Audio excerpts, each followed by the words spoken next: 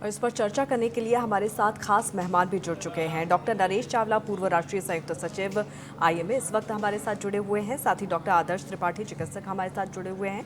सबसे पहले डॉक्टर नरेश चावला का रुख यहाँ पर कर लेते हैं। डॉक्टर नरेश, जिस तरह से अब किडनी की जो बीमारी है वो महामारी का रूप लेती हुई नजर आ रही है, कई डॉक्टर्स, हेल्थ एक्सपर्ट्स भी इस पर चिंता जताते हुए नजर आ रहे हैं। चीन के बाद भारत ऐसा दूसरा देश है जहां पर जो किडनी की बीमारी है वो तेजी से फैलती हुई नजर आ रही है।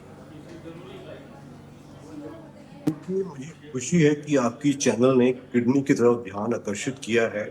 हालांकि 13% पॉपुलेशन अफेक्टेड, मैं इतना तो नहीं मानूंगा, लेकिन बीमारी डेफिनेटली बढ़ रही है।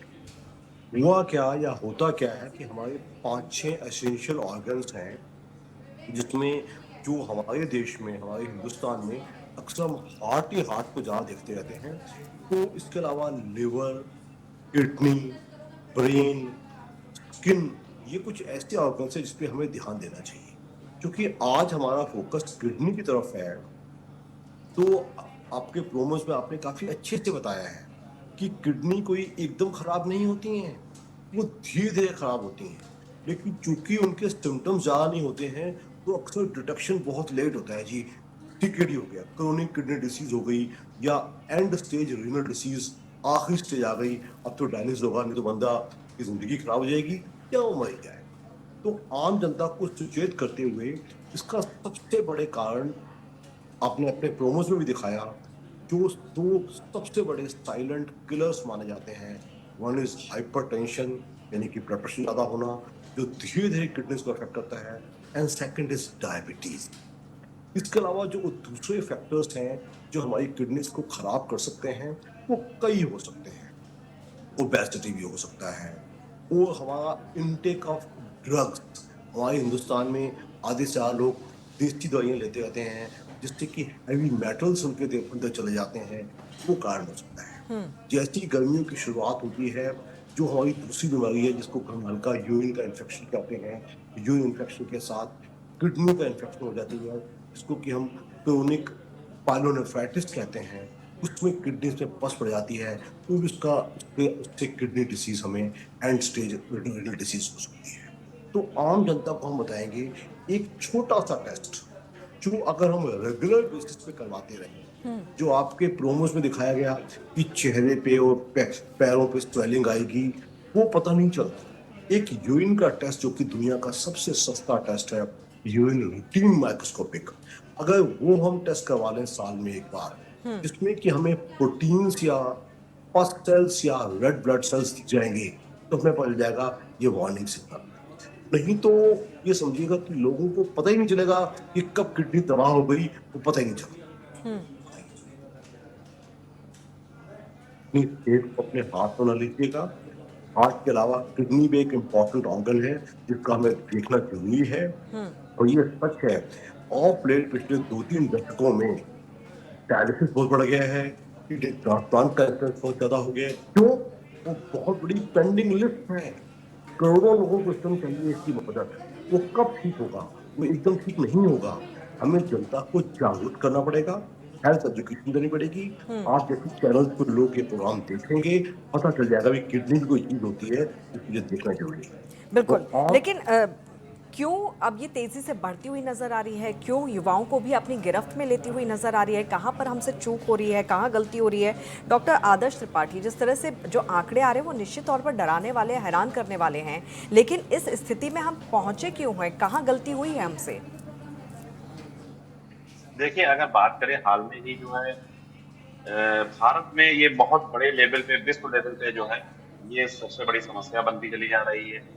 इसके पीछे जो है हमारी खराब जीवन शैली है, और बदलते हुए जैसे चीजों से जो है बहुत कुछ जो है बीमारियां जो है हमारे पास आ रही है। उसमें कई कारण होते हैं। पहला कारण है मधुमेह, जिसे डायबिटीज कहते हैं। जी। डायबिटीज होता है किडनी फेल्योर का जो है बहुत बड़ा कारण होता है, क्योंकि जब ब्लड शुगर बढ़ता है तो किडनी में फिल्ट्रेशन जो होता है करने वाली जो नलिकाएं जो होती हैं वो खराब होने लगती है। पहला एक रीजन होता है।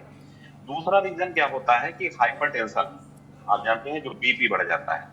लंबे समय तक अगर किसी को हाइपरटेंशन रहती है तो इससे किडनी की जो रक्त वाहिकाएं होती हैं, जो वेसल्स होती हैं, वो क्या की खराब होने लगती हैं और जिससे नुकसान हो जाता है। तीसरा कारण होता है अव्यवस्थित जो होती है जीवन शैली। अस्वस्थ जो है जीवन शैली क्या होता है, हम कोई एक्टिविटी नहीं करते हैं, हम व्यायाम नहीं करते हैं, मोटापा बहुत ज्यादा आने लगता है जिससे बीमारियां आ जाती हैं। ये भी एक जो होता है अग्रिम भूमिका होती है।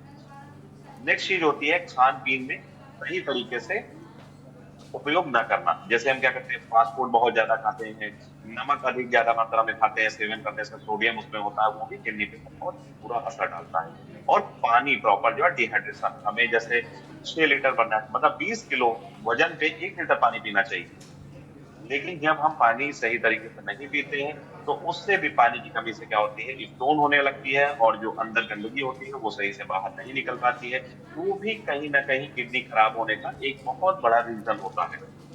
एक नेक्स्ट रीजन होता है जो दर्द नवाओं, जो दर्द से जो है परेशान करने वाली दर्द निवारक जो होती हैं, दवाएं होती हैं, उनका जो हम रेगुलर जो है प्रयोग करें, तो इतना ज्यादा रेगुलरली प्रयोग करते रहते हैं बिना डॉक्टर की जो है मतलब किसी से, हम कभी ब्रुफेन ले लेते हैं, कभी एनॉक्सिन ले लेते हैं, कभी कोई ऐसी दवाएं लेते हैं जो एलोपैथी, वो कहीं ना कहीं हमारी हम्म। किडनी पे जो होता है बहुत बड़ा असर डालती है। और सबसे लास्ट जो पॉइंट होता है, वो अधिक जो है प्रोटीन जो होता है, मेटो सप्लीमेंट जो लेते हैं, जो लोग जिम करते हैं, वो लोग बहुत ज्यादा क्रिएटिन जो होता है या प्रोटीन, ये बहुत ज्यादा मात्रा में जब लेते हैं, तो उसकी वजह से किडनी जो होती है वो खराब होने लगती है। तो ये मेन रीजन होते हैं जिसकी वजह से किडनी जो होती है वो खराब हो रही है आज बहुत ज्यादा। हमें इन चीजों पर ध्यान देने की अति आवश्यकता है। हम्म। बिल्कुल डॉक्टर चावला, जिस तरह से किडनी की बीमारी, अगर हम युवाओं की भी बात करें तो हर पांचवा युवा अब किडनी की बीमारी से पीड़ित होता हुआ नजर आ रहा है, जो आंकड़े यहाँ पर आए हैं, और इसी वजह से चिंता यहाँ पर और भी ज़्यादा बढ़ती हुई नजर आ रही है। लेकिन सबसे बड़ी बात यह है कि जब तक आपको बीमारी का पता चलता है तब तक बहुत देर हो चुकी होती है। कौन सी ऐसी चीज़ें हैं जिसे हम नज़रअंदाज कर देते हैं, और कौन सी ऐसी बातें हैं जिस पर ध्यान देना बहुत ज़रूरी है ताकि इस बीमारी को आगे बढ़ने से रोका जा सके? अच्छा सवाल पूछा। आम आदमी सोचता है किडनी की स्थिति अपने आप सीधी इफेक्ट नहीं होती हैं, उसके कारण होते क्या हैं। कौन से अगर ऐसे? मैं एक हाइपरटेंशन का पेशेंट हूँ, मैं अपने ब्लड प्रेशर को कंट्रोल नहीं करता हूँ, तो मैं रिस्क ले रहा हूँ।